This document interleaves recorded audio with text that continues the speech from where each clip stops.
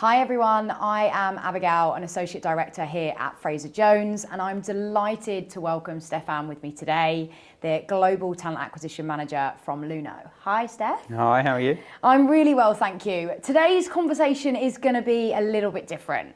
I've got my data wizard with me here. I'm going to call you that for today. And we're talking all about kind of the interpretation of data and the meaningful impact that's going to have on businesses and continues to have. How does that evolve? How can we utilize it? How can we kind of manage our stakeholders? And how do we drive business success? So my first question to you, Steph, is what do we actually need data to tell us in a day-to-day world across sort of talent acquisition and human resources? Good question. For me, the way I've always looked at data, as you can imagine, there's a million data points you could probably look at and identify for your business. And for me, it's very much aligning that data to the company's strategy and goals, looking at what that data means, what the insights are gathered from those data points, and then what those insights, how those insights can drive those next action points moving forward. Yeah, definitely. And do you think that data is a trend that's quite new within a business, or do you think it's something that maybe businesses have lacked utilizing for quite a long while, and as of the past 2, 3, 4 years it's become more and more important for business success and to kind of ultimately sort of persuade our stakeholders in terms of their next business strategy? Yeah, for me, I think data has been used historically, as we know. Yeah. However, I think there's a much stronger emphasis on commercial impact of that data. So really, we're honing in on what data points can we use to drive the commercials of the business, whether that be cost savings or revenue generation, etc. And each department has a responsibility of really simplifying that data, deriving those insights of those data to really educate their stakeholders in order to, really use that data to back up the points that they're trying to make or the proposal they're trying to put forward in order for that to make more sense and be clear. Definitely. Is there a particular example in maybe your day-to-day as kind of that global talent acquisition sort of manager, given that particular world has changed rapidly over the past, again, 2 to 3 years? Is there a particular example where you've utilized data to kind of enhance your hiring process, for example, or, if we look at tech and non-tech hiring, where maybe you've had to kind of change process with data when looking at a certain talent pool? Is there anything that maybe you really believe has worked in your time? That's about 3 questions in one, so I do apologise. Yeah, that's fine. That's fine. No, absolutely. Look, really good distinguishing between non-tech and tech. Okay. We recently, and in previous roles that I've been in, we've always tried to really refine tech specifically because of the high demand in that specific area.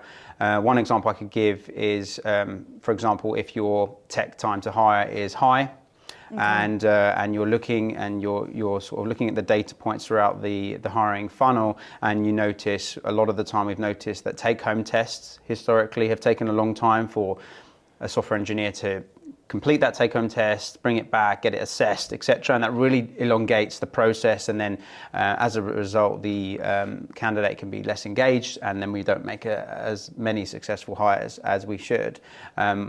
We have changed things up. We've removed take-home tests in the past. We have added in pair programming, or live pair programming, if you want to call it. And that has really sort of upped the engagement from the candidate side and the stakeholder side, and built that rapport within sort of those technical interviews. And as a result, we've seen time to hire drop significantly, and the percentage of those engaged and hired of a high-performing standard has increased as well. So I think it's really interesting that I think a lot of people, not as scared of data, but I think a lot of people presume, kind of the reference I made at the beginning, you have to become a data wizard to utilize it in your day-to-day.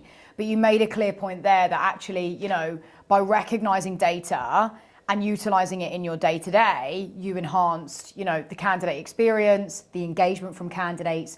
So it's all about, okay, how do we replicate that and make it better, right? Absolutely. Yeah.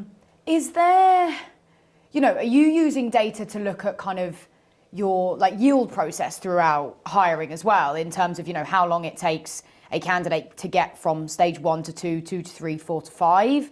Is that something that you've tried to decrease a little bit or increase for certain roles, or? Yes, absolutely. So we definitely look at quality of the funnel and the pass-through rates through each stage. And we definitely have specific benchmarks or targets set.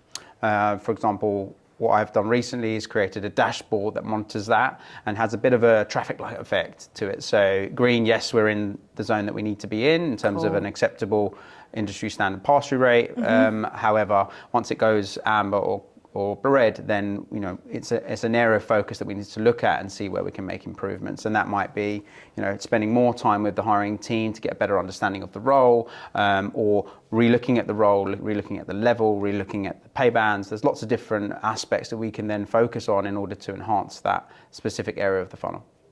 And I suppose that's a good point on kind of me talking about simplifying data. You know, for example, you've used that kind of red, yellow, green.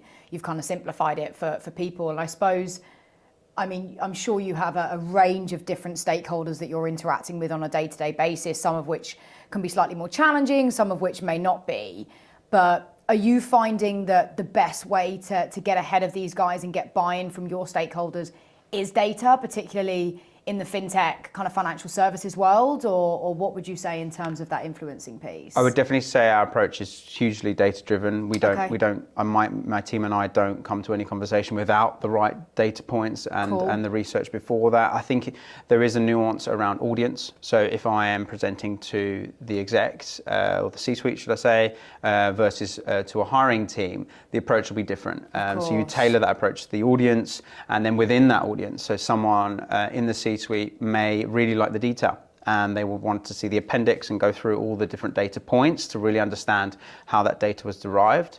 Others just want top line to understand exactly what the top line is and what the actions are moving forward to impact those insights. So yeah, it's a nuanced approach for sure. Definitely, and I think as well it's one that you guys, from a kind of human resources perspective, right, you're trying to push that every single pocket of your business is utilizing it. You spoke about at the beginning the fact that, you know, it's important from a treasury perspective through to a marketing perspective through to a sales perspective. You know, if we look at our corporate functions kind of model, each of those are using that in different areas. So Steph, my next point is around, you know, what do we need to ask ourselves when kind of creating data, would you say? For me, it's very much about the what. What is the data going to be used for? So what is the intended impact ultimately of that data? What is the why, I suppose? What is the why? Absolutely. For me, it's very, very clear that we need to, especially as businesses are evolving, is to align those data insights and next action steps to the people strategy, especially in TA, and include the company strategy as well. So for example, if the CEO comes to you and wants to get some more insights around quality of hire, let's say, and he says, look, Steph, we're not going to be, for example, increasing headcount, but we want to make sure that every single head that comes into this business is of the highest quality that we can get. How do we measure that? Like, what data insights can you provide me to show that we are on track with that specific metric? So we could look at things like performance reviews of those that have been hired. So at Luno, we do quarterly reviews, so we could look at quarter-on-quarter data to really understand, okay, are these hires meeting expectations? Are they above expectations? And then we can monitor that over a longer period of time, let's say 12 months plus. And as a result of that, we can then determine a metric to say, okay, if they're over this period, then we define it as a quality hire. And as a result, the percentage of quality hires we made in the last 18 months, for example, is X versus Y. So that's sort of an example that you could use to really sort of drive the impact from quality of hire perspective. Yeah, definitely. I think as well, what's been really nice from you, Steph, is the examples of how you can simplify it, but equally how it's driving businesses forward. Do you have any particular, you know, advice maybe? I've got two questions actually. So one, some advice for peers that maybe shy away a little bit from data, and maybe how they can incorporate it more from a TA perspective from your side, but kind of wider HR as well. And then I'll go on to the second question after. I'm going to keep it here. Sure. I think advice-wise, from an avoidance standpoint, I would always try to avoid presenting data without understanding the intricate commercial impact of that data. Yes. So an example of that I would give is, if you're trying to drive revenue and you have recently hired a revenue generating team that has created X amount of revenue for the business, you want to link that behavior and an insight into what the impact has been commercially for the business from a revenue standpoint. If you are saving costs by not using agencies or contractors or consultants, then you can use that data point from a cost-saving commercial impact perspective. So they're the two that come to mind from an avoidance perspective. And then if I was to sort of think of one or two things to focus on specifically, would be around sort of tailoring, as we said before, tailoring your presentation to the audience. So really, making it a bespoke presentation as opposed to presenting the same information in the same way to one audience and another. So really making sure that that's really bespoke. And then lastly, look at automating. So we, at Luno, we've created live dashboards for our C-suite to really view. So in real time, they can look at it any time, where the business is at, what metrics they see that are important to the business, and how we are tracking it against those in order to really keep a pulse on the business so we can make informed decisions at a much faster pace. Amazing. And my final question, I feel like we've spoken a lot about internal data. And I suppose this comes onto me and my role a little bit more at Fraser Jones as well, and us as a business and how we support businesses like yourself. But, from an external perspective, I think external data is also really, really important.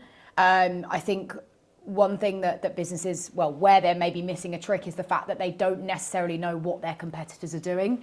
So from a TA perspective, I know, Steph, that we've had conversations in the past around, benchmarking, for example. What are your competitors doing? Because 9 times out of 10, we have that information. But are there any other areas of which you think external data is really important, other than maybe a benchmarking perspective and, size perspective? Is there anything else that you'd maybe say, okay, this would be really important if I found out a little bit more about this externally, or...